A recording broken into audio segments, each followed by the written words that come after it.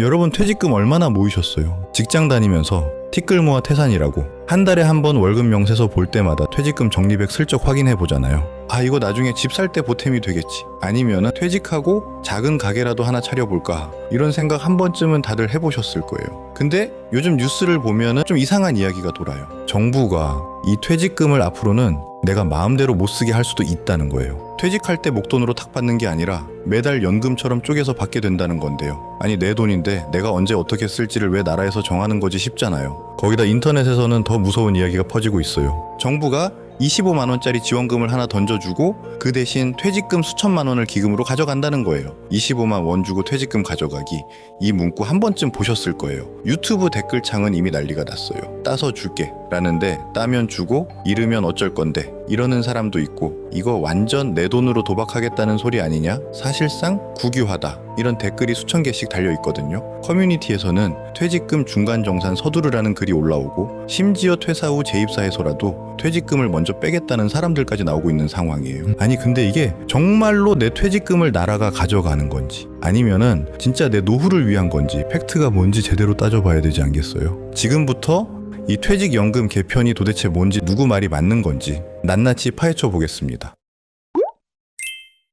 자, 그러면 이번 퇴직연금 개편이라는 게 정확히 뭔지부터 짚어볼게요. 2026년 3월 10일 경제관계장관 회의에서 나온 발표 내용인데요. 핵심은 딱 두 가지예요. 첫째, 기존 퇴직금 제도를 단계적으로 없애고 모든 사업장에 퇴직연금 가입을 의무화한다. 둘째, 전문 운용기관이 자금을 통합 관리하는 기금형 퇴직연금을 도입한다. 정부 말로는 20년 만에 대대적인 개편이라고 해요. 이게 무슨 소리냐면요, 지금까지 퇴직금이라는 건 회사가 알아서 적립해두는 거였어요. 장부에 김 과장 퇴직금 4천만 원 이렇게 써놓는 거죠. 근데 문제는 이 돈이 실제로 따로 빼놓은 게 아니라 회사 운영자금이랑 섞여 있는 경우가 대부분이라는 거예요. 그러니까 회사가 잘 나갈 때는 문제가 없어요. 근데 회사가 기울기 시작하면요, 퇴직금은 장부에만 존재하고 실제 금고에는 돈이 없는 거예요. 이게 무슨 뜻이냐면은 사장님이 야반도주를 하든 법인이 파산을 하든 내가 받을 퇴직금이 공중분해된다는 뜻이에요. 실제 수치를 보면요, 전체 근로자의 11% 퇴직금 체불을 경험했어요. 5명 중 1명이요. 이건 대기업이 아니라 주로 중소기업이랑 영세사업장 이야기인데, 우리나라 전체 근로자의 대다수가 바로 그런 곳에서 일하잖아요.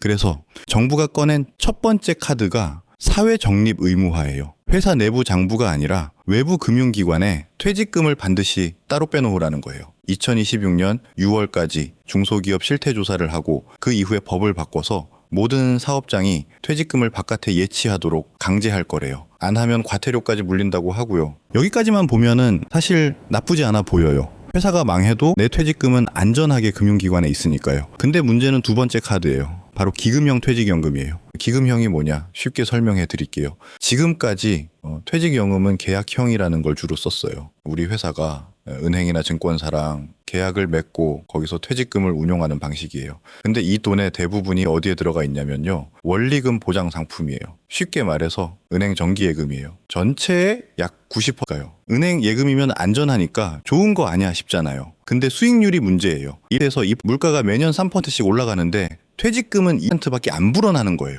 이게 무슨 느낌이냐면요, 여러분이 냉장고에 빵을 넣어뒀다고 생각해 보세요. 냉장고라서 안 썩긴 해요. 근데 매년 빵이 조금씩 줄어들어요. 10년 뒤에 꺼내보면 반쪽짜리가 돼 있는 거예요. 돈이 줄어드는 건 아닌데 돈의 가치가 계속 쪼그라드는 거죠. 이게 지금 퇴직연금의 현실이에요. 그래서 정부가 기금형을 들고 온 거예요. 기금형은 뭐냐면은 회사가 개별적으로 은행이랑 계약하는 게 아니라 노동자, 사용자, 전문가가 같이 참여하는 수탁법인이나 기금이 돈을 모아서 한꺼번에 운용하는 방식이에요. 규모의 경제라는 게 생기는 거죠. 한 회사가 1억을 맡기면은 은행에서 별로 신경 안 써요. 근데 수백 개 회사의 돈을 모아서 수조 원을 맡기면 이야기가 달라지잖아요. 수수료도 확 낮아지고 주식, 채권, 해외 자산, 대체 투자까지 다양하게 분산 투자할 수 있게 되는 거예요. 정부가 근거로 내미는 게 푸른 씨앗이라는 중소기업 퇴직연금 기금이에요. 이미 시범적으로 운영하고 있는 건데 적립금이 1.5조 원이 넘고 누적 수익률이 약 2%래요. 은행 예금에 넣어뒀으면은 같은 기간에 이제 기껏해야 5%에서 10% 정도 됐을 텐데 기금형은 10%를 만들었다는 거죠. 아니, 그러면은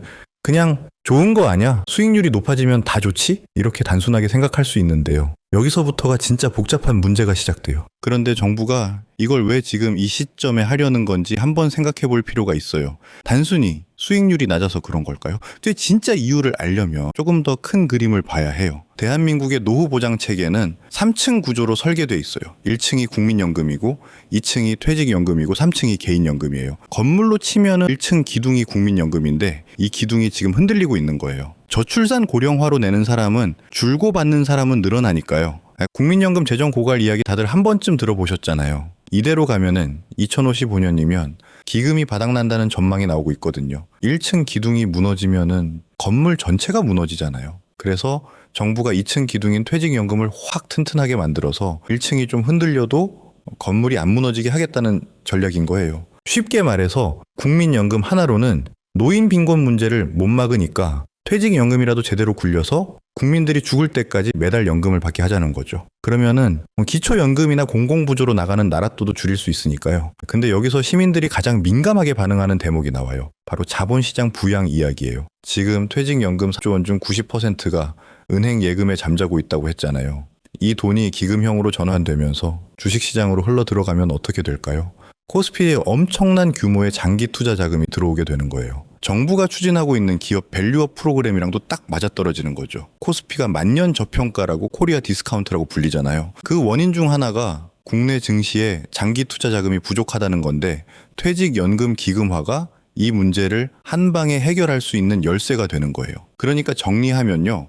정부 입장에서는 퇴직연금 기금화가 일석삼조인 거예요. 첫째, 근로자 노후 보장 강화. 둘째, 국민연금 재정 부담 완화. 셋째, 코스피 부양과 자본시장 활성화. 이 세 마리 토끼를 한꺼번에 잡겠다는 거죠. 아니 근데 여기까지만 들으면은 정부 말이 다 맞는 것 같은데 시민들은 왜 이렇게까지 분노하는 걸까요? 이게 핵심이에요. 시민들의 공포는 단순히 정책 내용에 대한 반발이 아니에요. 정부에 대한 근본적인 불신에서 나오는 거예요. 일단 25만 원 민생회복지원금 이야기부터 해볼게요. 2026년에 정부가 고물가 대응으로 소득별로 15만 원에서 최대 55만 원까지 차등 지급하는 현금성 복지 정책을 내놨어요. 근데 이 타이밍이 하필이면은 퇴직연금 기금화 발표랑 겹친 거예요. 그러니까 시민들 눈에는 이렇게 보이는 거예요. 정부가 한 손으로는 25만 원짜리 사탕을 내밀면서 다른 손으로는 내 퇴직금 수천만 원을 슬쩍 가져가려 한다. 25만 원이라는 소액의 미끼로 눈을 돌린 사이에 진짜 큰 돈에 손을 댄다는 인식이 확 퍼진 거예요. 여기다가 불을 지른 게 뭐냐면요. 정부가 720조 원이 넘는 슈퍼 예산을 편성해 놓고 2달 만에 국고가 비었다는 소문이에요. 나랏돈이 바닥났으니까 국민연금 다음 타깃이 퇴직금이다 이런 프레임이 딱 만들어진 거죠. 그리고 여기서 가장 뜨거운 논쟁이 하나 더 있어요. 바로 외환시장 방어용 실탄 논란이에요. 이거 좀 복잡한데 최대한 쉽게 설명해 드릴게요. 국민연금이 해외에 투자하고 있는 돈이 있잖아요. 이 해외 투자 자산 규모가요. 우리나라 전체 외환 보유액보다 많아요. 그래서 환율이 급등하면은 한국은행이랑 국민연금이 통화 스와프를 해서 달러를 확보하는 방안이 실제로 검토된 적이 있거든요. 시민들이 우려하는 게 바로 이거예요. 퇴직연금도 기금화되면은 국가의 영향력 아래 들어가게 되잖아요. 그러면은 환율이 급등할 때 퇴직연금 기금도 외환 방어에 동원되는 거 아니냐는 거죠. 내 노후 자금이 환율 방어용 총알이 되는 거 아니냐는 공포예요. 대통령이 직접 나서서 이건 악성 가짜뉴스라고 강력하게 부인했어요. 퇴직연금 기금화는 국민들이 원치 않으면 안 한다고도 했고요. 근데 전문가들은 계속 경고해요. 국민연금을 환율 방어 수단으로 반복적으로 동원하면은 수익률이 훼손된다고요. 퇴직연금도 같은 구조에 놓이면 같은 문제가 생길 수밖에 없다는 거죠. 아니 그러면은 기금형이 도입됐을 때 진짜로 우리한테 어떤 일이 벌어질 수 있는지 구체적으로 따져봐야 되잖아요. 첫 번째 위험은 목돈의 상실이에요. 대한민국 서민들한테 퇴직금이 뭐냐면요. 단순히 노후연금이 아니에요. 주택 구입 자금이에요. 자녀 결혼 비용이에요. 실직 후 창업 종잣돈이에요. 퇴직금은 인생의 마지막 안전판이자 새 출발을 위한 발판이었던 거예요. 근데 퇴직연금이 강화되고 연금 수령이 원칙적으로 강제되면요. 퇴직할 때 목돈을 한꺼번에 받기가 극도로 어려워져요. 지금도 퇴직연금 중간정산은 무주택자가 집을 살 때나 6개월 이상 요양이 필요할 때 같은 아주 예외적인 경우에만 가능하거든요. 기금형이 정착되면은 이 인출 조건이 더 까다로워질 거라는 게 전문가들의 전망이에요. 결국 내 인생에서 가장 필요한 순간에 내 돈을 못 쓰게 되는 상황이 올 수 있다는 거예요. 두 번째 위험은 투자 손실의 전가예요. 이게 정말 중요한 포인트인데요. 기금형 퇴직연금은 수익률을 높이기 위해서 주식 채권 대체 투자 같은 실적 배당형 상품의 비중을 크게 올리게 돼요. 은행 예금 9%에서 주식 비중을 확 높이겠다는 거잖아요. 근데 여기서 핵심 질문이 하나 있어요. 기금이 투자를 결정하고 운용하잖아요. 근데 손실이 나면 누가 책임지느냐? 답은요. 개별 가입자 즉 근로자 본인이에요. 기금이 투자를 잘하면 수익은 내 것이지만 기금이 투자를 못하면 손실도 내 것인 거예요. 이걸 좀 더 현실적으로 그려볼게요. 2008년 글로벌 금융위기 때 코스피가 반토막이 났잖아요. 만약 그때 내 퇴직금이 기금형으로 주식에 들어가 있었다면요. 평생 모은 퇴직금이 절반으로 줄어든 거예요. 회복하는데 몇 년이 걸릴지도 모르고요. 정부는 따서 주겠다고 해요. 푸른 씨앗이 25 수익을 올렸다고 자랑하잖아요. 근데 시장이 좋을 때는 누가 해도 수익이 나요. 문제는 시장이 무너질 때예요. 그때 정부가 손실을 보전해준다는 말은 어디에도 없어요. 세 번째 위험은 아까 말한 정책 목적에 의한 수익률 훼손이에요. 환율 방어를 위해서 해외 자산을 급하게 매각해야 하는 상황이 올 수 있어요. 증시 부양을 위해서 수익성이 별로인 국내 주식을 어거지로 사야 하는 상황이 올 수도 있고요. 국민연금에서 이미 비슷한 일이 반복적으로 지적됐거든요. 연기금이 순수하게 가입자의 수익만을 위해서 움직이는 게 아니라 정부의 정책적 필요에 따라 동원된다는 비판이요. 퇴직연금 기금도 같은 구조에 놓이면 같은 문제가 생기지 않겠어요. 자, 그러면 여기서 한 발 물러서서요. 다른 나라들은 이런 문제를 어떻게 풀고 있는지 한번 볼 필요가 있어요. 기금형 퇴직연금이라는 게 우리나라만의 발명품이 아니거든요. 호주의 슈퍼애뉴에이션이 가장 대표적인 사례예요. 호주는 1992년부터 고용주가 근로자 급여의 일정 비율을 의무적으로 퇴직연금 기금에 납입하게 하고 있어요. 지금은 급여의 11% 넣어야 해요. 호주 모델이 성공적이라고 평가받는 이유가 있는데요. 첫째, 기금 간의 경쟁이 치열해요. 근로자가 마음에 안 들면 다른 기금으로 갈아탈 수 있거든요. 그러니까 기금들이 수익률 경쟁을 할 수밖에 없는 구조예요. 둘째, 정부가 기금 운용에 직접적으로 개입하지 않아요. 독립적인 수탁자 의무가 법으로 아주 엄격하게 규정돼 있거든요. 반면에 실패 사례도 있어요. 아르헨티나가 대표적인데요. 아르헨티나는 민간 퇴직연금 기금을 운영하다가 2008년에 정부가 이걸 국유화해 버렸어요. 재정이 어려우니까 퇴직연금 기금을 가져다가 국가 부채 상환에 써버린 거예요. 시민들이 가장 두려워하는 시나리오가 바로 이거잖아요. 우리나라의 퇴직연금 기금화가 호주 모델로 갈 거냐, 아르헨티나 모델로 갈 거냐, 이게 결국 이 정책의 성패를 가르는 핵심이에요. 그러면은 이 정책이 호주처럼 되려면은 뭐가 필요한 걸까요? 전문가들이 공통적으로 지적하는 게 몇 가지 있어요. 첫째, 기금 운영의 독립성이에요. 정부가 낙하산 인사를 심거나 정권의 필요에 따라 기금을 동원할 수 없도록 법적 장벽을 확실하게 세워야 해요.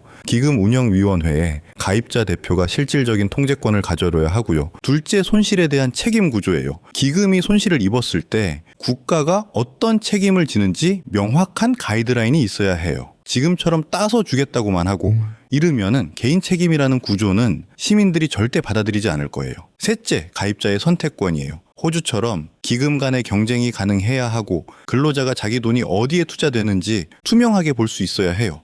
블랙박스 안에 돈을 넣고 결과만 기다리라는 건 신뢰를 얻을 수 없는 구조거든요. 근데 현실적으로 보면요. 지금 정부가 내놓은 개편안에 이런 안전장치들이 충분히 담겨 있느냐 하면은 솔직히 아직 부족해 보여요. 기금형 도입의 큰 그림은 나왔는데 구체적인 지배구조나 손실보전 장치에 대해서는 아직 명확한 답이 없는 상태거든요. 이쯤 되면 한 가지 더 짚어봐야 할 게 있어요. 이 정책이 당장 2026년 7월부터 시행된다고 하잖아요. 그러면은 중소기업들은 준비가 돼 있을까요? 현재 퇴직연금 가입률이 사업장 기준으로 약 2%밖에 안 돼요. 4곳 중 3곳은 아직 퇴직연금 자체가 없다는 거예요. 대부분 중소기업이나 영세사업장이에요. 이런 곳들한테 갑자기 퇴직금을 사회 적립하고 기금에 가입하라고 하면요. 현실적으로 자금 여력이 없는 곳들이 많아요. 퇴직금을 장부상으로만 잡아놓고 실제로는 운전자금으로 돌려 쓰던 회사들이 갑자기 그 돈을 빼서 외부에 맡기라고 하면은 현금 흐름에 큰 충격이 올 수 있거든요. 최악의 경우에는 오히려 중소기업 폐업이 늘어날 수도 있다는 우려까지 나오고 있어요. 그래서 정부도 이걸 알고 있는지 단계적으로 확대한다고는 했어요. 2026년 6월까지 중소기업 실태조사를 먼저 하겠다고요. 근데 법 개정 일정은 이미 올해 안으로 잡혀 있거든요. 속도가 너무 빠른 거 아니냐는 비판이 나올 수밖에 없는 상황이에요. 자, 이제 가장 큰 질문으로 돌아가 볼게요. 이 정책은 결국 좋은 건가요? 나쁜 건가요? 솔직하게 말하면요. 퇴직금 제도가 지금 이대로 괜찮다라고 말하기는 어려워요. 회사가 망하면 퇴직금이 날아가는 구조 수익률이 물가도 못 따라가는 구조, 이건 분명히 문제가 있는 거예요. 이 부분은 정부의 진단이 맞아요. 근데 그 해결 방법이 정부가 국가 주도 기금으로 강제 편입시키는 거냐? 여기서 논란이 폭발하는 거예요. 수익률을 올려주겠다는 명분은 좋은데 그 과정에서 개인의 선택권을 빼앗고 목돈 인출을 제한하고 투자 손실은 개인에게 전가하는 구조라면 이건 노후 보장이 아니라 자산 통제가 되는 거잖아요. 헌법에는 재산권을 보장하면서도 공공복리를 위해 제한할 수 있다는 조항이 있어요. 퇴직금의 기금화가 공공복리에 해당하느냐 아니면 사유재산권 침해에 해당하느냐, 이 지점이 결국 법적으로도 정치적으로도 앞으로 엄청나게 뜨거운 논쟁이 될 거예요. 한 가지 확실한 건 있어요. 시민들의 분노가 단순히 가짜뉴스 때문이 아니라는 거예요. 이건 정부의 불투명한 재정 운용과 일방적인 정책 결정에 대한 오랜 불신이 축적돼서 터져 나온 거예요. 퇴직금은 숫자가 아니에요. 수십 년간 새벽에 일어나서 출근하고 야근하고 주말에도 나가고 그렇게 버텨온 시간의 무게예요. 다음 인생으로 건너가는 유일한 다리예요. 그 다리를 국가가 설계하겠다는 거라면은 최소한 그 다리가 무너지지 않는다는 확실한 보증을 먼저 내놔야 하는 거 아닐까요? 정부가 해야 할 일은 따서 주겠다가 아니라 여러분의 소중한 자산을 안전하게 지키고 불릴 수 있도록 조력하겠다, 이런 자세가 아닐까 싶어요. 퇴직연금을 환율 방어나 증시 부양 같은 국가의 정책 목적에서 완전히 독립시키겠다는 법적 보장부터 내놓고 기금 운영에 지배 구조를 가입자 중심으로 바꾸고 손실이 발생했을 때의 책임 소재를 명확히 하고, 그래야 비로소 시민들이 이 정책을 신뢰할 수 있을 거예요. 과연 이번 퇴직연금 개편은 390조 원의 잠자는 돈을 깨워서 국민의 노후를 지키는 역사적인 전환점이 될까요? 아니면은 시민들이 우려하는 것처럼 내 노후 자금이 국가의 정책적 필요에 동원되는 또 하나의 사례가 될까요? 여러분의 퇴직금이 걸린 문제입니다. 여러분의 생각을 댓글로 남겨주세요.